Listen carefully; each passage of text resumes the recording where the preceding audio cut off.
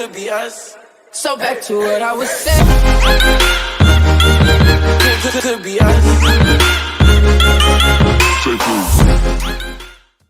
This could be us.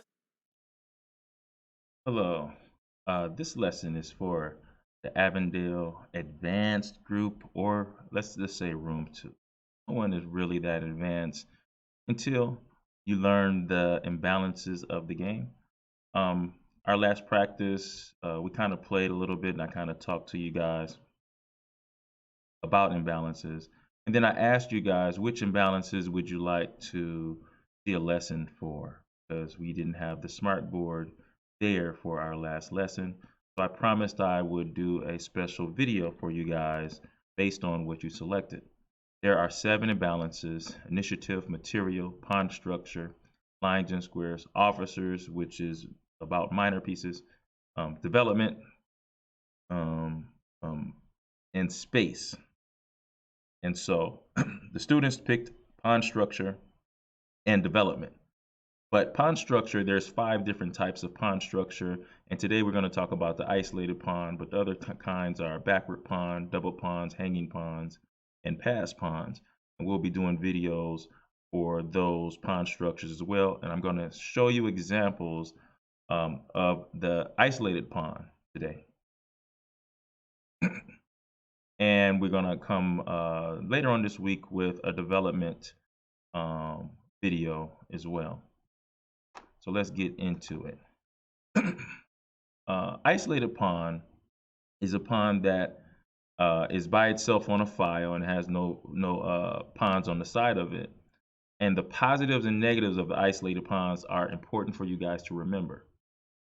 When you own an isolated pawn, it gives you more space. And when you have a space advantage, you usually don't want to trade minor pieces, bishops and knights, because the space allows you to get better squares for your pieces, and it also takes away better squares for your opponent's pieces. And it kind of makes a cramped position for your opponents.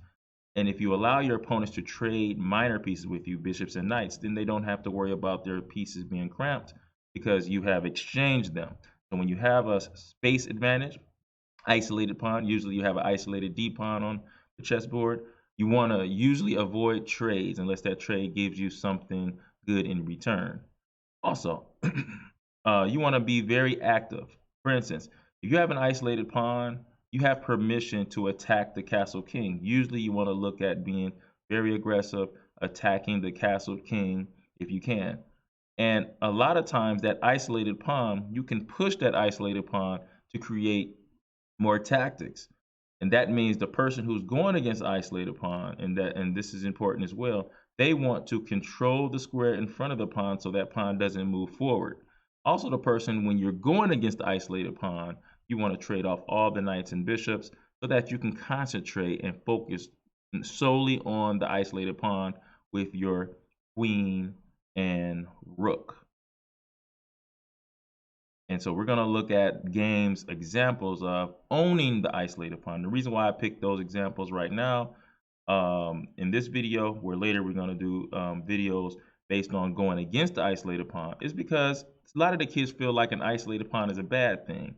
I'm here to show you today that the isolated pawn is not a bad thing. In fact, it helps you with attacking the castle king, and there's a lot of positives. Positive of owning isolated pawn, I already said that it gives you more space, it gives you attacking chances around, against the castle king and even the king in the center. But it also gives you an open file on the side of the pawn that your opponent doesn't get to use with their rooks, but you can use your rook on that open file. So that's the positive. The negatives is that the isolated pawn has to be protected by other pieces. A lot of times our pieces have better things to do than just to protect the pawn. And the isolated pawn is usually weak if it's on an open file. And a lot of times our isolated pawn is on open file. So we're going to have to be very aggressive, very active before our opponent can trade off all our bishops and knights and just focus in on the isolated pawn, where we will be weaker in that situation. All right, let's look at the positives of the isolated pawn right now. In this video, I'm going to show an example game here. This is Avondale versus Alexei Sutin, 2 grandmasters, 1981. Avondale is white and Alexei Sutin is black here. Let's go. We got 4, c5, knight f3, e6. This is called the Sicilian defense. The purpose is to stop white from getting 2 pawns in the center. d4. Reason why white wants to open this position is because since the king, bishop, and knight hasn't been developed, of course, king being developed means castling. Looks like white will be the better developed side. When you're the better developed side, you want to open up the center and be aggressive. That's why d4 is the most common move here. After c takes d4, knight takes d4, and then the move a6. The reason for this is to play b5 and bishop to b7 and put pressure on the e4 pawn. Bishop d3 protects the space. Bishop c5 attacks a piece more times to protect it. That's question 2 in our initiative category. c3, and then knight to e7. Here, white castles, and black prolongs castle. He doesn't castle right away, which could be a problem here. White continues to develop a new piece. Queen b6. Now the queen moves kind of early. Queen is attacking the b2 pawn. Knight to d2. Look how white gives up this pawn. Doesn't mind giving up this pawn here, because taking this pawn, we're going to have things like knight to c4, maybe even knight to c6. You know, a lot of good tactical moves based on initiative. Attacking a piece more times protected, attacking a piece of greater value. If queen takes b2, the bishop will be unprotected, and the queen could be unprotected. So there's a lot of tactics, a lot of ways we can utilize that. And also, since we're up in development, we have completely developed all of our pieces, the king, knights, and bishops. Remember, king development is the most important thing, which is castling. And our opponent has not castled or developed the bishop. When we are up in development, we want to be aggressive, but that's not the subject of this video, but just trying to let you guys know why the pawn was given here by white. Black does not take the pawn, plays d5 instead, and then we have knight to b3. Here, black goes bishop takes d4, c takes d4, and then d takes e4. Here, bishop takes e4, and there you have the isolated d pawn. Isolated because there's no pawns on the side of it. But the d pawn also controls key squares. And remember I said the one positive is having an open file. Yes, white has an open file here. Remember, an open file is a file that does not have your pawn on it. It can have your pieces on it, because your pieces can easily move to the side out of the rook's way. Where if there's a pawn on that file, that pawn can't move sideways, so that pawn blocks the rook pretty much for the whole game.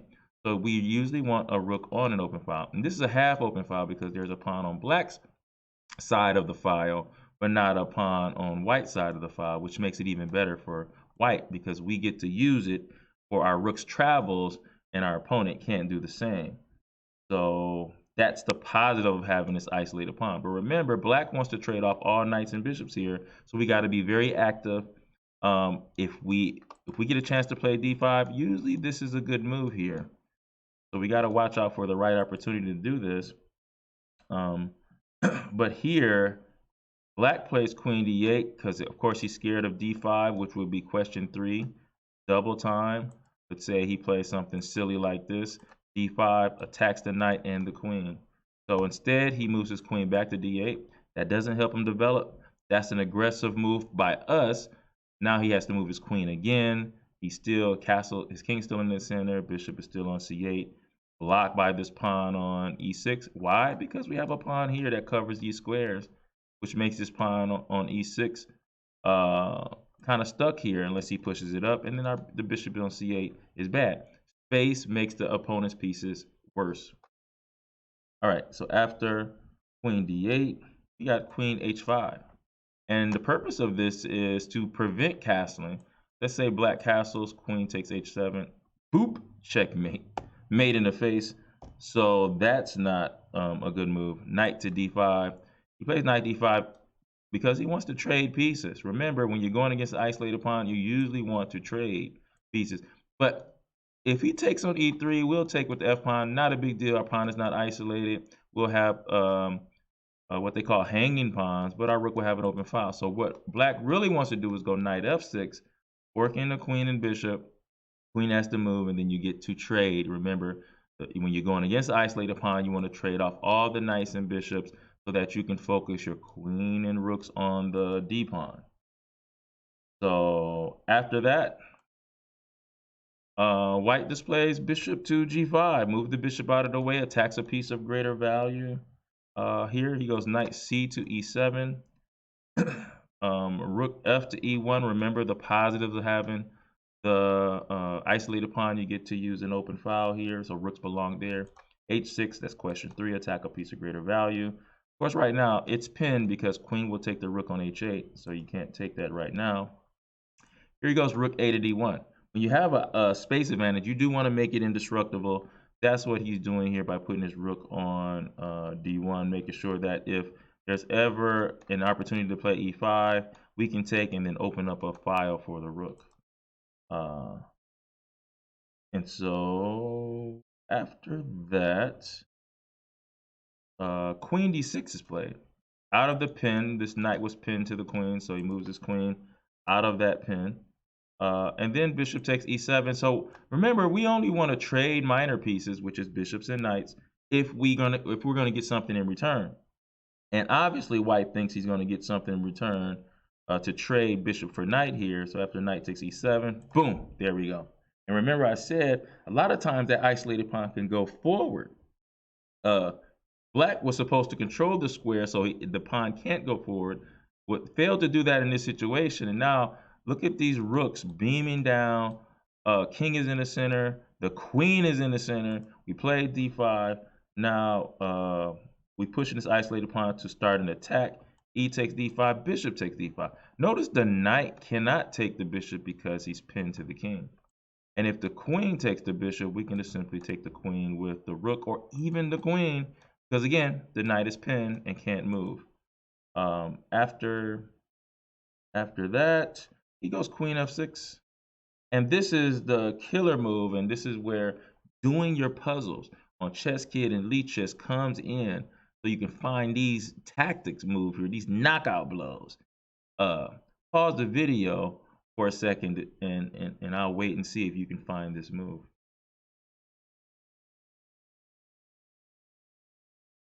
All right. The move here is bishop takes F7, double exclamation.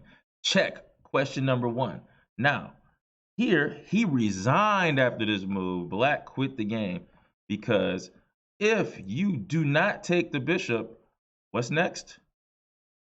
That's right, rook to D8 check, and that's mate. The king cannot move, you cannot protect, and you cannot run away. You cannot capture the rook either. That's it. The next move, he could have played queen takes here, and it looks like he's all good, but remember the 3 questions. Are there any checks? Being question number 1, attacking a piece more times to protect it. Question 2, and attacking a piece of greater value. Question number 1, bam! Notice the queen is the only thing protecting this queen here. All we have to do is play rook D8. The king has no choice but to take the rook, and give me the girl. The queen, the girl is mine. The girl is mine. And so that was a terrific game, a perfect example of using an isolated pawn in your attack, right? So let's get rid of that negative feeling about having an isolated pawn. Let's embrace having an isolated pawn when it comes up. Chess imbalances is all about differences. All you have to do is learn what to do when something different happens on the board, and once you learn that plan, you'll be a better chess player. All right, let's go with another example. So I'm going to get a fresh board here.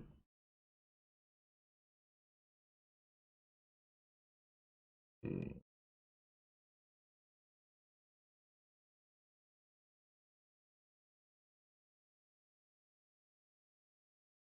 All right. Okay, so this game was between Vladimir Kramnik and Robert Hubner. Okay, and this was in 2000 in Dortmund. Dortmund is in Germany, and they had a big chess tournament called the Sparkassen tournament. And Vladimir Kramnik is a former world champion, and I think he was the world champion at this time as well. He started with D4, and then Kramnik is white, and Robert Hubner, Grandmaster Hubner, is black. Responded with d5. You have knight f3, knight f6, and then the move c4, and then it goes d takes c4, e3, e6. Now, of course, this is the Queen's Gambit accepted variation here. After e6, bishop takes the pawn back here, and then c5 is played. Just attacking white space. White has a spatial advantage. When you're going against someone with a space advantage, it means his pawn is controlling your half of the board. You want to attack that space, and that's what black did. After c5, white castles, and then he plays the move a6, threatening to play b5. So Kramnik does not wait for that, plays bishop b4, and then the move c takes d4, e takes d4. There we go again.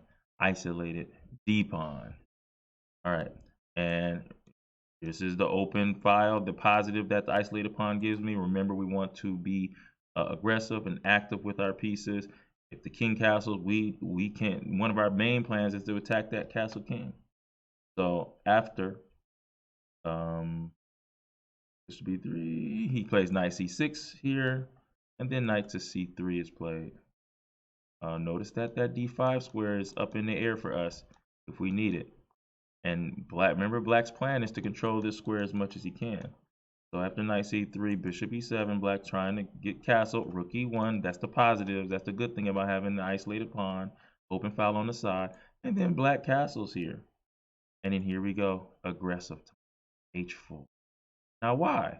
We would like to put a knight here and maybe bring the queen over here at h5. And the reason why we need the pawn is so we can support the knight. But also, we wouldn't mind playing h5 and h6 if we protect the h5 pawn as well. So this is just being aggressive. We're looking at the king position here. After h4, white plays knight a5. Remember, the goal when you're going against an isolated pawn is to trade off all the bishops and knights. And that's what he's trying to do. Of course, we don't want to trade. We bring the bishop to the aiming at the king side, the h7 pawn here. And after the move b5, then we have queen d3. Look at the lineup here. Now, of course, we can't take on h7 because there's a knight. That means we're going to play bishop g5, simply take and try to checkmate the king on h7. We have to remove the defender with bishop g5 first. After queen d3, he plays bishop to b7. And after bishop b7, we have the move h5. Now, it looks like this is a free pawn, but if you take this, boom, mate in the face, right? And so you can't take the pawn. And so we're kind of going to use this pawn to weaken up squares around the king. The key to mating the castle king is just to make your opponent move pawns in front of the king. Because once those pawns move in front of the king, those squares that the pawns no longer control are squares that you can put pieces on and that you can attack. So you want to weaken up the king's forces by making the pawns move, and then you occupy the squares that the pawns no longer control. That's how you checkmate good players. Okay, and that's what he's trying to do here with h5. Next move is bishop takes f3. Remember, black wants to trade off all minor pieces. Then this attack won't even be a big deal at this point. So after bishop takes f3, queen takes f3. And then queen takes d4, and white sacrifices a pawn here, the isolated pawn, just to continue this attack. See? So after bishop f4 here, we develop another piece. The threat is to actually play bishop e5. Here, black plays b4, attacking a piece of greater value. That's question number 3. Rook a d1. We don't have to move the knight when we can attack a piece of greater value.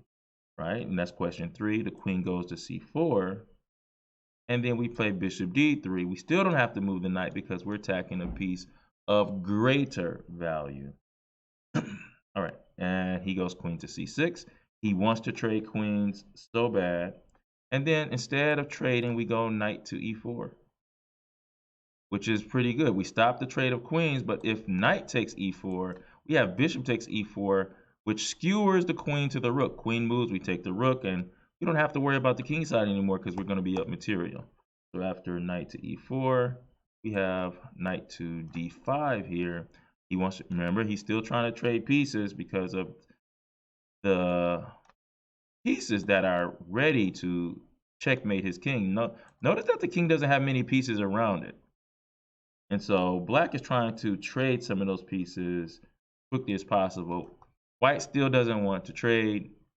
Brings his bishop to the e5 square. Now f5, attacking a piece of greater value with the pawn. Queen g3 threatens checkmate. If you take the knight, boom, mate in the face. So you can't take that knight there. He plays rook f7 so he can defend the g7 pawn twice. And then knight d2. We move our knight away from the e4 square. Now, we're not just moving here just because. We might want to play rook c1 at a certain point, or even bring our knight to f3 and even to g5. So after that, he plays knight to b7. Looks like he wants to go knight to c5 and maybe threaten to trade, take our bishop away. Remember, he's thinking trade. We go knight f3. He goes knight to c5. And here we go knight d4. Even though he could take our bishop, we will take the queen. So this is question number 3. Always remember your 3 questions. That's the most important thing in chess. No matter what kind of imbalances we have on the board, what you know, whether it's backwards pawn, isolated pawn, developmentally, always remember 3 questions is the most important thing. We make our knight better by attacking a piece of greater value. That's question number 3. All right, after knight d4, he goes queen to b6, and then we hit him with, bam, knight takes f5. That is a serious move here, because if pawn takes f5, actually, wow, that's a really serious move. He did take here, and the reason for this is he was going to play bishop c4, which attacks a knight twice, but also the knight moves, the bishop will be pinning the rook. For instance, let's say the knight moved to a silly square like this one. Boom, mate in the face. The rook can't move because it's pinned to the king. And so that will be checkmate. So that's how dangerous this threat is. So here he has to do something about this knight or he's going to lose it. He plays knight f6 here. And then black plays bishop to c7. And this is pretty big because now the bishop is threatening the rook here. Which means, let's say this was the move here. So let's say he goes queen to, I don't know, queen to c6. You see, notice the rook is pinned, so the rook can't move. So that means the bishop is hanging. We just take a free piece here. It's free. And not only that, we are attacking a piece more times than protected here as well. Too much material is going to be lost. So black resigns the game. This is another example of being aggressive when you have a isolated pawn. All right, let's go to another game, and this will be our last example of owning the isolated, in possession of the isolated pawn. All right.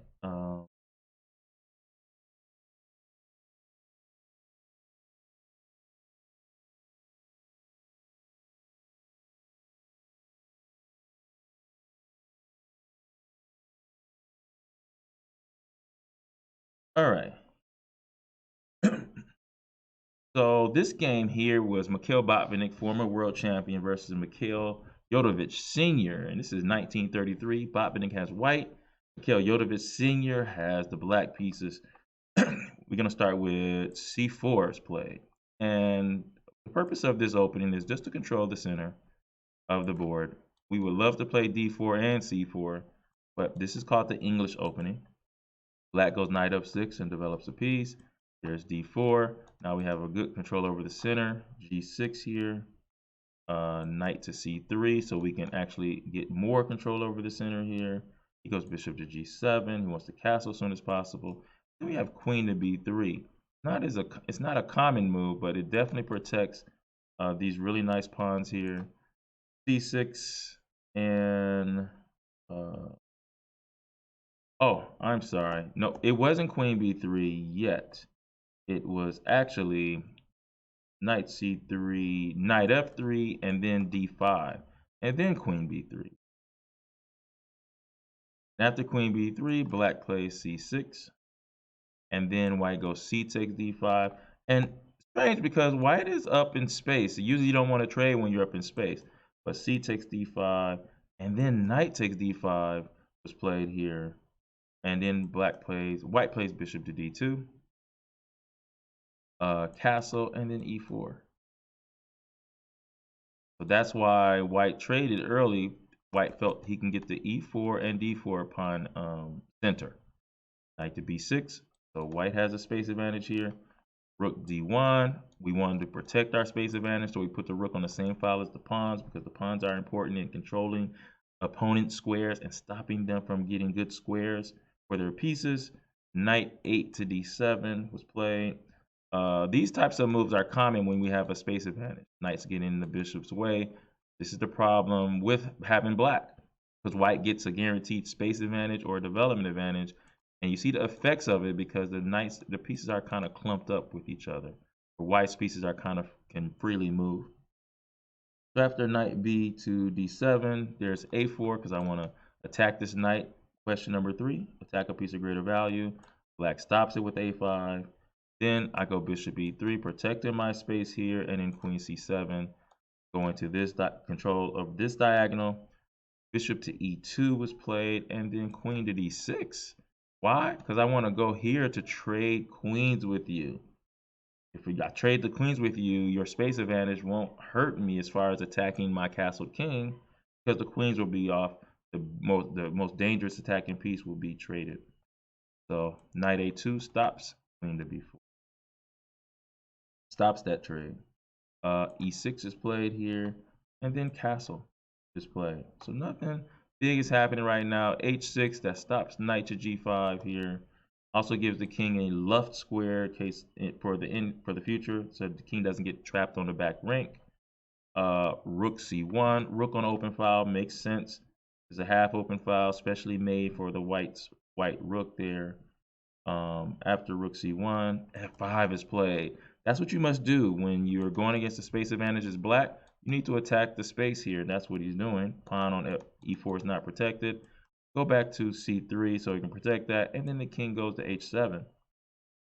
Rook f to d1, putting the rooks right in the center, protecting the space here. And then now f takes e4 and knight takes e4. And there we have it, the isolated d4. Notice how the bishop on c8 is stuck. It's like a big tall pawn. Not really that great of a piece, blocked by the knight. Why? Because of the space advantage. That's why the pawns are on c6 and e6, because the pawn on d4 stops the pawns from moving. Now, c5 and e5 is possible. The problem is if you make one of those moves, this rook will now be on an open file facing your queen. So you don't want to do that. That's why you want to put the rooks behind your space advantage, because your opponent has to attack the space in order to relieve their cramped position. As soon as they do, your rooks will be on open file ready to attack. So all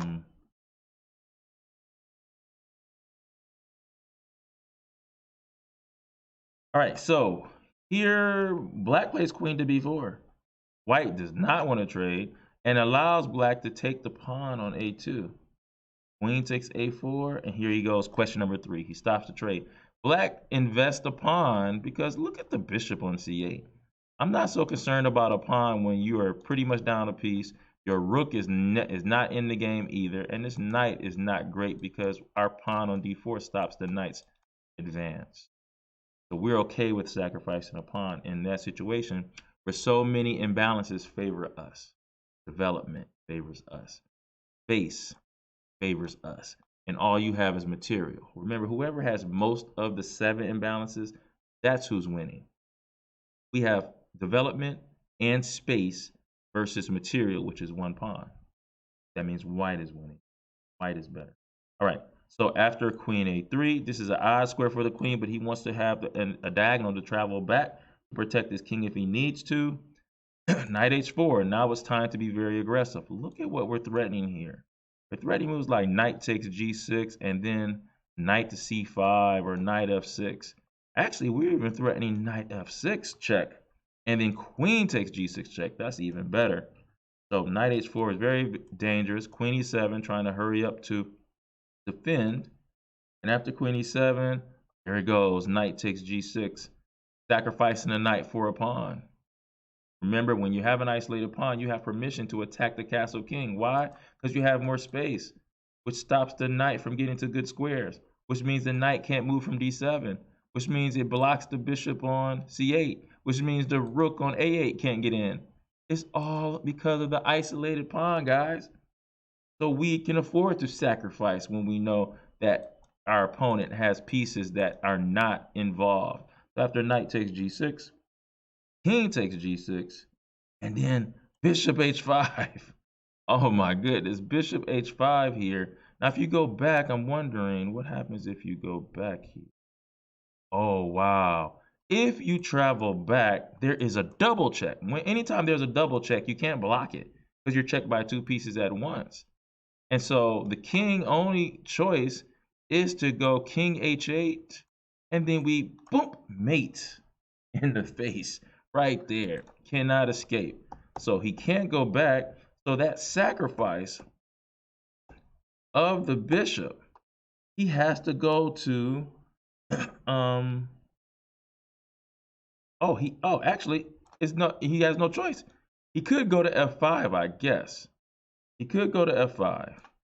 But if he goes to f5, I think we still have a checkmate, right? Knight to f6 check. He cannot go here. He cannot go here or here. None of these squares. He can only take, and then, queen to g6, mate in the face. This is how you be aggressive up, with an isolated pawn against a castle king. Again, the rules when you have an isolated pawn is it gives you space. Don't trade minor pieces, because if you did, you wouldn't have the minor pieces to use them for this great attack right here, and have faith that that attack will reveal itself. When you have an isolated pawn, you have permission to attack the castle king. Be creative, because your isolated pawn is going to give your pieces better squares and take away those squares from your opponent. Look at that bishop on c8 and that rook on a8 and that knight on d7, all stopped by the isolated pawn on d4. All right, Avondale, hopefully you enjoyed this video.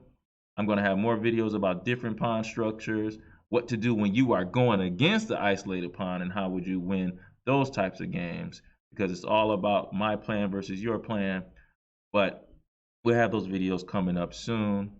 Until then, I'm Coach Brian. Peace.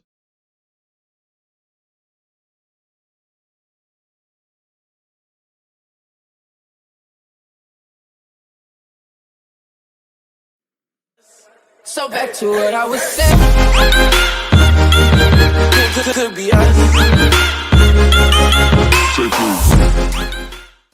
This could be us.